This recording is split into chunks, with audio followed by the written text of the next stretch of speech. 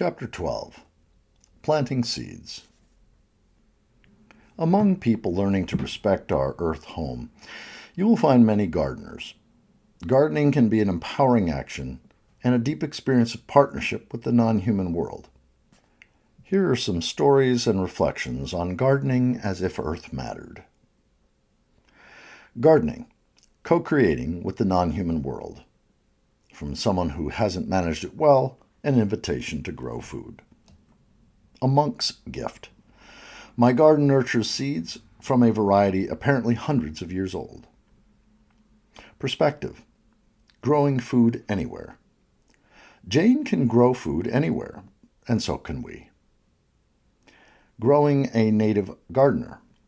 My experience creating a garden of native plants. Perspective. Rebuilding for an uncertain future. Margie has learned hard lessons while rebuilding her home after cataclysmic Australian bushfires. Homegrown wisdom. Indigenous and traditional knowledge can be transformative if we respect it. And perspective. Transplanted and growing roots. Brennan is learning to garden to help feed his family and his neighbors. Gardening, co-creating with the non-human world. Begins with a quote from Thomas Berry. Gardening is an active participation in the deepest mysteries of the universe. You don't have to grow all your own food, but from people who have survived hard times, I have learned that growing even a little fresh food can go a long way toward health and a sense of empowerment. Beyond the practical benefits, growing a garden can be a cooperative experience or cooperative connection with the non-human world that feeds our bodies and souls and makes us wiser in the ways of the non-human world. So many people would love to teach you how to grow food in ways that replenish rather than deplete the soil. They have systems to teach us that maximize both food yield and our understanding of the rhythms of the non-human world. Permaculture and backyard gardening classes are all over the internet. Many are free. If you thought you couldn't garden because you don't have a yard, my friend Jane assures me that cramped living with no actual soil is not a barrier to growing food.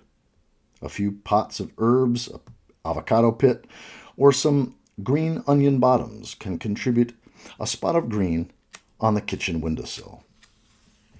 I have not grown much food. What I do grow, the squirrels, rats, raccoons, and rabbits get first. I do manage to grow fresh herbs and lemons, things that don't interest them. And I have a garden of native plants, which is my refuge and joy.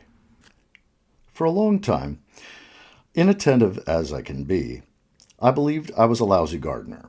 But native plants thrive on inattention. Gardening keeps me humble. I try my best, and then my garden decides what lives and what dies, what thrives and what doesn't. Even experienced gardeners talk about humility. My garden teaches me about dormancy and rebirth, bud and bloom, and going to seed. When something dies, I get to make a new start in an empty patch of soil. Gardening teaches me to pay attention. I am learning to show up more reliably and not to take it personally when the strawberries all go missing. The squirrel clearly enjoyed them. Don't let fears of failure stop you from gardening. Plants are very forgiving, whether they live or die. Some people love to garden so much that they will probably help you if you ask. They need not know anything about Collapse. I dared to begin my native garden because of the support of a mentor, my next-door neighbor. Maybe gardening is yet another thing we shouldn't do alone. A monk's gift. 25 years ago, I planted sweet peas in my backyard. They still grow from volunteer seeds each year, in part shade where few other flowers thrive. The first few sprouts volunteer in winter. Well, I call it winter, but it's hardly cold here. It used to frost once in a while, but not anymore. The little shoots lounge about until spring, when they race up the tomato cages I installed for their convenience. Soon they're smothering rose bushes and waving interwoven branches at the sky. As legumes, they want no fertilizer, just a lift off the soil and a half day of sun. Peak sweet pea season comes in late spring. I harvest handfuls of the heavenly scented two-toned burgundy and purple blooms. I put vases in every corner of the house. I run out of vases and use juice glasses. The sweet fragrance drifts all through the house and yard. I give bouquets to friends, neighbors, and delivery people who visit my house. Some years I get lazy and let them stay on the vine. Then they produce less and do not reach their full glory. They are quite clear about their purpose, to bring a few days of divine sight and scent to any who will receive them. The sweet peas that I planted some 25 years ago were hybrids with blooms in assorted colors. When volunteer seeds sprouted in the following years, they unhybridized, reverted to type. Bicolor burgundy and purple blooms came up everywhere, with only a few other colors. I'm not the only one to notice this process in sweet peas. The bicolor flowers look just like the Matucana sweet pea, said to have been discovered in 1695 by a Sicilian monk named Capani, or in Peru in 1543. Ancient beauty with a will to persist has graced me with annual joy over these many years. Controlling gardeners cannot abide such things as a tomato cage full of dried pea vines in the long summer days.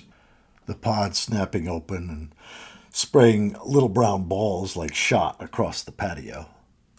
I hold space for the withered pea vines of summer, knowing their little pea shot is settling in and plotting a return next winter. How fortunate for me that I was not a diligent gardener many years ago, one who snipped every bloom before it could go to seed or ripped out the vines when they began to turn brown. Retro Matricana returns each year faithfully. He and I have a very agreeable collaboration. I could ask my friend Rachel to run his DNA versus commercial Matricana to learn his factual lineage, but I chose to honor his heritage as I understand it. I hold space for him, space in tomato cages, to be precise, and he puts on an unforgettable show each spring. Perspective. Growing food anywhere. Begins with a quote from Vandana Shiva. Grow your food or know the person who grows your food. And she responded to that when she was asked what one thing we can do for the earth. Grow your food or know the person who grows your food. We've heard from Jane before. She lives in Vermont and she can't not grow food. That is a powerful invitation for the rest of us who are making excuses for why we can't grow food. She's had a homestead, a lakeside house, a couple of city guards, an apartment, and even a tiny houseboat, and she grew food at all of them. Jane and her husband Sky were drawn together by the love of growing food, among other things. They created an off-grid, self-reliant homestead on 45 acres in Vermont, complete with sugar maples. For 15 years, they nurtured it along with a young family. It got to be a bit much, so they left the country with their school-aged children and built a house in the small city of Montpelier, the capital of Vermont. Without intending, they found themselves doing the same thing, though on a smaller scale. They turned their whole yard into a garden. Daughter Dana loves chickens, so city chickens were included. In 2006, they launched the kids and went to New Orleans to help rebuild homes after Hurricane Katrina. They split their time between New Orleans and in winters, where they grew vegetables in their yard, and France in summers, where they grew vegetables on their tiny houseboat. Jane had a veggie garden of pots on the bow of the boat, where she grew all her salad greens and herbs, with a tomato plant, a pepper plant, and a cucumber plant. Extended family issues upended their plans, dragging them back to Vermont in 2010. After a couple of unsettled years, Jane and Sky bought a small plot of land on Lake Champlain and built a home. Their wonderful neighbors offered the use of their land, so they began a small organic vegetable farm. Jane sees now that Sky was already showing signs of dementia that would take his life in 2021. In just a year, he got restless again. He wanted to go back to his New Orleans French canal boat life. So they sold their house, but the traveling life didn't work well as Sky's dementia began to manifest more clearly. Finally, they moved back to Burlington, Vermont, shared a duplex with their son and his partner. Again, they gardened, and Sky would volunteer to glean from the nearby small farms for the local food shelf. Their adult children wanted to have a house on a lake where they and their families could all be together. So Jane bought land on a lake again and built a simple home again. Not planning to live there full time, Sky and Jane limited their gardening. On their 3.5 acres, they have 20 fruit trees and nut trees, plus berries, vegetables, and herbs. The pandemic changed their plans yet again. They stayed at the remote lake house all year round. Sky could no longer do his carpentry, but he did lovingly tend the young orchard trees until he became too sick. The garden is small by their standards because Jane has been managing it all herself. Only 20 raised beds. Oh gosh. Sky died in 2021 and she misses him greatly. She misses the partnership of her planting and his harvesting. But since she cut back to 20 raised beds, she finds it manageable and enjoyable most of the time. Jane kept hoping that this current little farm would be that gathering place she and Sky had longed to create, a shelter and a community. She keeps trying to get people to live there. She has room for 5 or 6 tiny houses or RVs, but nobody has come yet. The house is isolated, and Vermont winters can be long and cold. Thinking she did not want to be isolated herself, she bought a 100-year-old house in Burlington, about 50 miles away, rehabbed it with help of her adult son, and moved back to that city in the winter of 2022-2023, the third move since 2006. But she loves the quiet and beauty of her lake home, and her cats love to roam outdoors. So the house in town is being sold, and she is back at the lake with her little 20-bed garden, growing food. Growing a native gardener. In 2013, I got hit by a bolt of inspiration. In an uncharacteristic fit of industry, I ripped out my lawn along with some dull shrubs and half-dead ornamental trees planted by the Homeowners Association. I replaced most of my yard with plants native to Baja California and Southern California. California native plants are different. The plants that grow wild near me don't want soil amendments. Most will happily grow on a mound of decomposed granite. They don't want fertilizer. They never need pesticides. They don't want watering more than once a month. But they do want deep watering in winter. Most of all, they don't want summer water.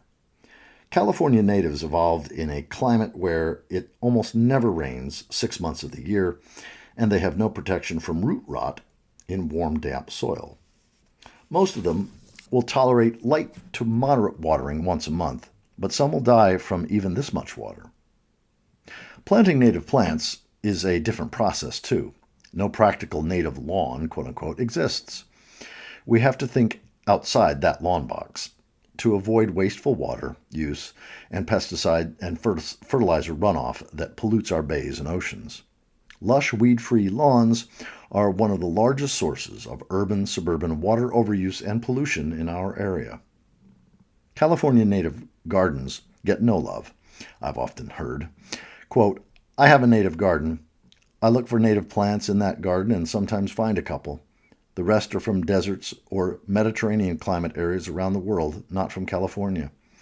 And no wonder. Ignorance is so rampant it borders on fraud.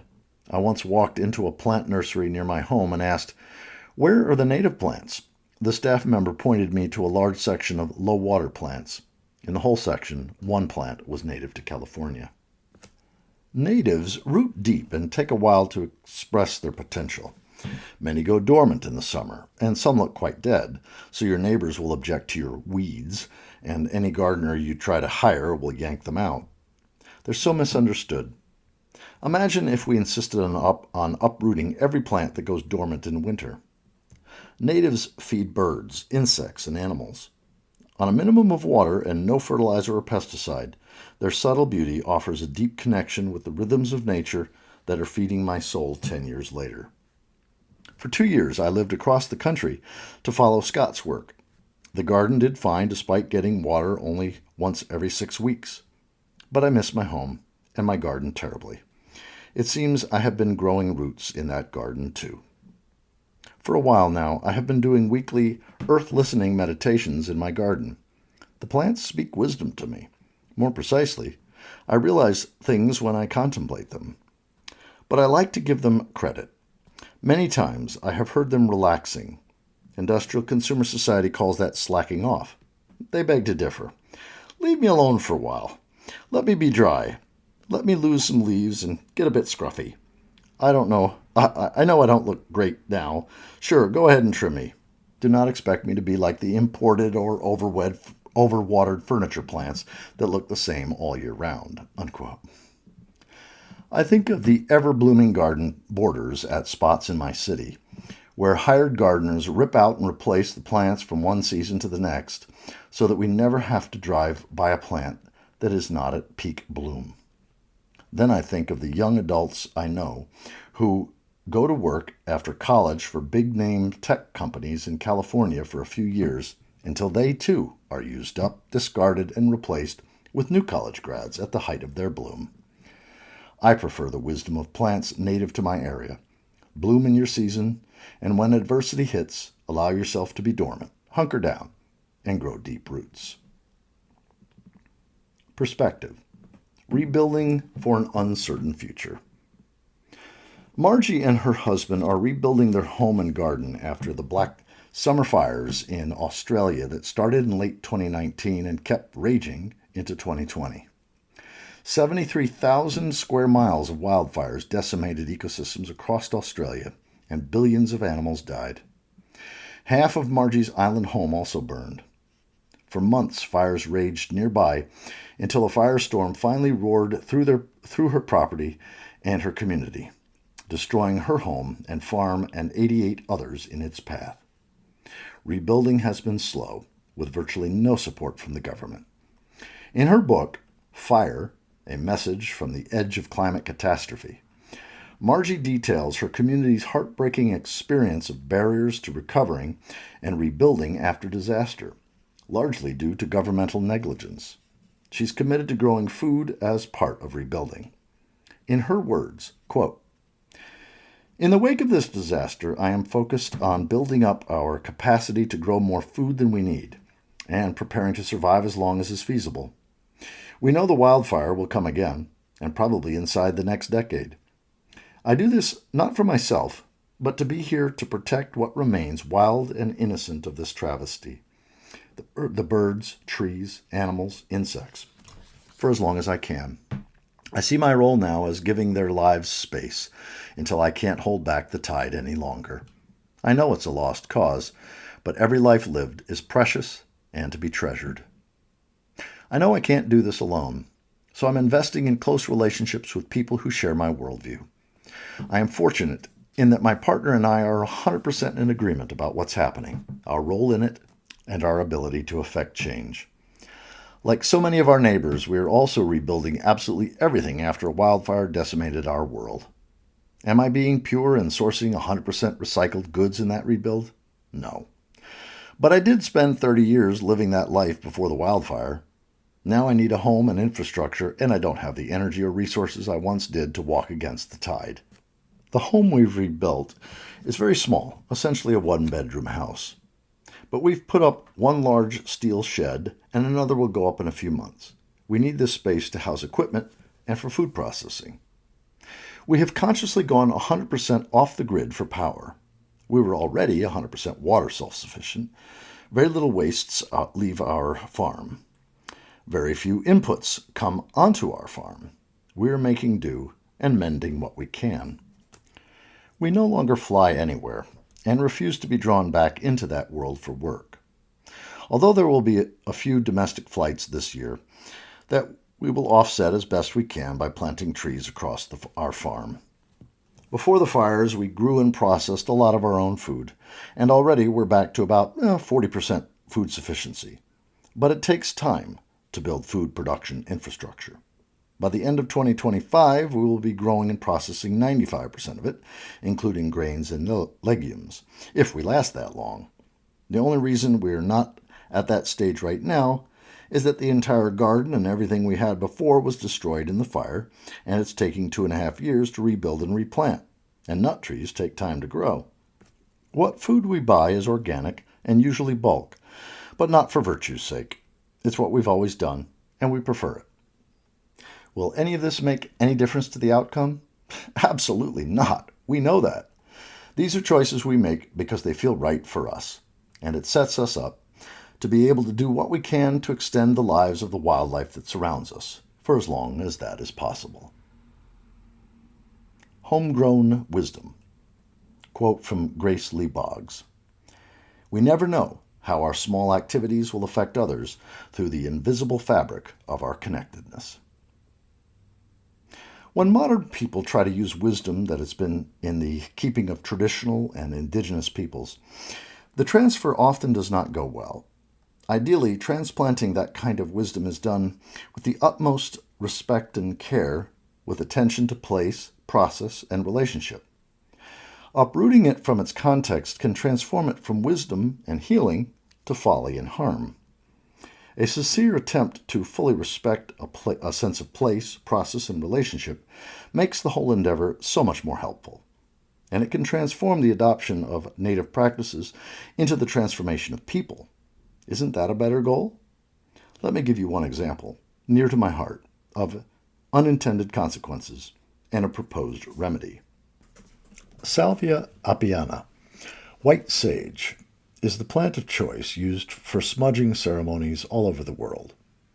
The silvery leaves or smudging sticks of bundled leaves wrapped in string are burned, dispensing the fragrant smoke as a ritual of purification.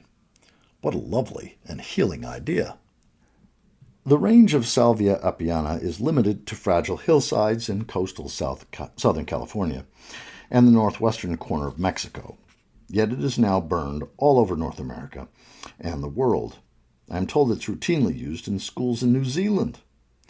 So people come at night in trucks to the places where it grows wild on preserves, public lands, and tribal lands, and uproot whole hillsides of plants, carting them off by the truckload to be sold in New Age stores and school supply stores worldwide. Salvia apiana can be sustainably harvested by removing about half of each plant, as propagated and grown in an annual beyond its range. But it is cheaper and easier to uproot and denude a hillside. Just another free market supply chain calamity among thousands, but a particularly poignant one, considering the intended use of white sage is for purification. How to avoid this abuse? You could try to find white sage that is sustainably harvested, but how do you tell? In any case, white sage from its small range cannot supply the world. The more common herbs traditionally burned by many native peoples in North America have similar silvery leaves and are sometimes also called white sage, but are in a different fragrant genus, Artemisia. They have much wider distributions and may be less vulnerable to overharvesting. I can tell the difference between Artemisia and Salvia, but I seldom see Artemisia for sale, and I doubt if 1 in 100 shoppers would know the difference. As long as white sage is the trend, users participate in denuding hillsides for a ritual of spiritual purification. What can be done? I grow my own white sage, and it volunteers, grows from seed naturally, in my garden, but that's not an option for most people. Over 600 species of sage are found around the world, and several hundred of Artemisia as well.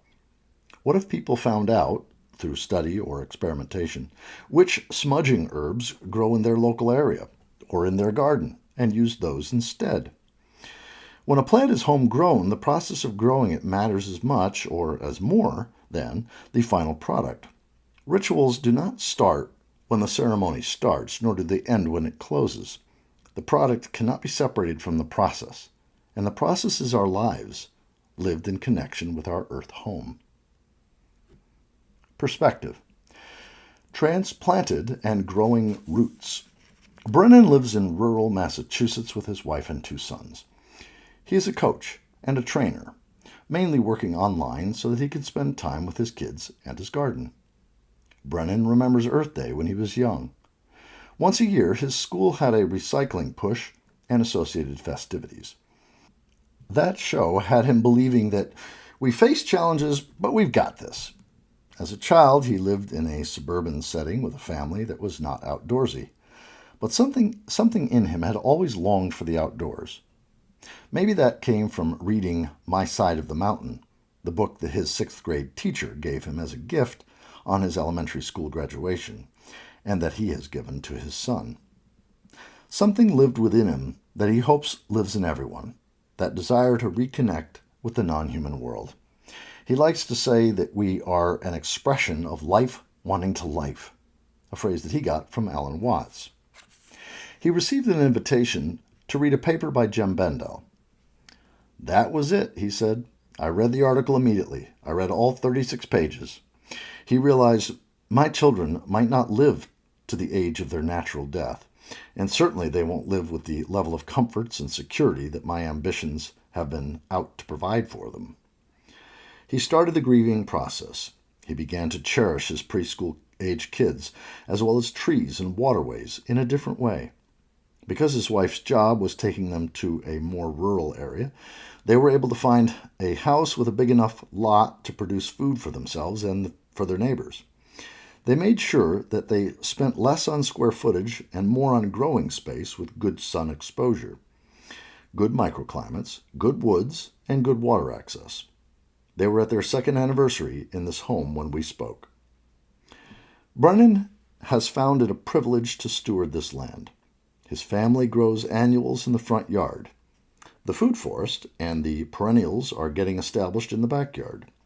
Brennan sometimes entertains thoughts of building a robust bunker and filling it with all kinds of military-style, preserved, dehydrated, packaged meals ready to eat. He muses, we could survive the crash, and we could wait it out while the people who aren't ready for it don't make it. But then he remembers that this approach wouldn't allow him to recalibrate his relationship with the natural world. It wouldn't allow him to become one with the natural systems and rhythms. It doesn't allow him to farm in a way that honors the cycles of regeneration. And it doesn't invite him to be interdependent with his neighbors. Brennan hasn't spent his life learning home building, engineering, or other things his neighbors know much better than he does. So he's clear that his contribution to his local community will be food. As he's able, he will be a food provider for as many of these neighbors as he can. He's learning ways to grow food that are regenerative and durable. He hopes that whenever it becomes necessary, he and his neighbors can all have a loving shared response to collapse. As he starts his third season of food growing, he knows he has far to go to master regenerative food production. His neighbors are multi-generational families of longtime residents whose politics are at odds with his. They have not yet welcomed him into their community life. So he continues to deliver his jam jars to them, to plant food, and to honor and love the place that he is making a home for his family. He wants to grow roots. Summary and reflection. Don't let fear of failure stop you from gardening.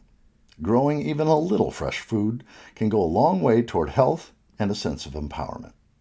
Growing a garden can be a cooperative connection with the non-human world that feeds our bodies and souls and makes us wiser in the ways of the non-human world.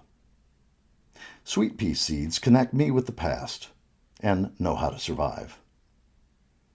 Jane can grow food anywhere. So can we. Why not try?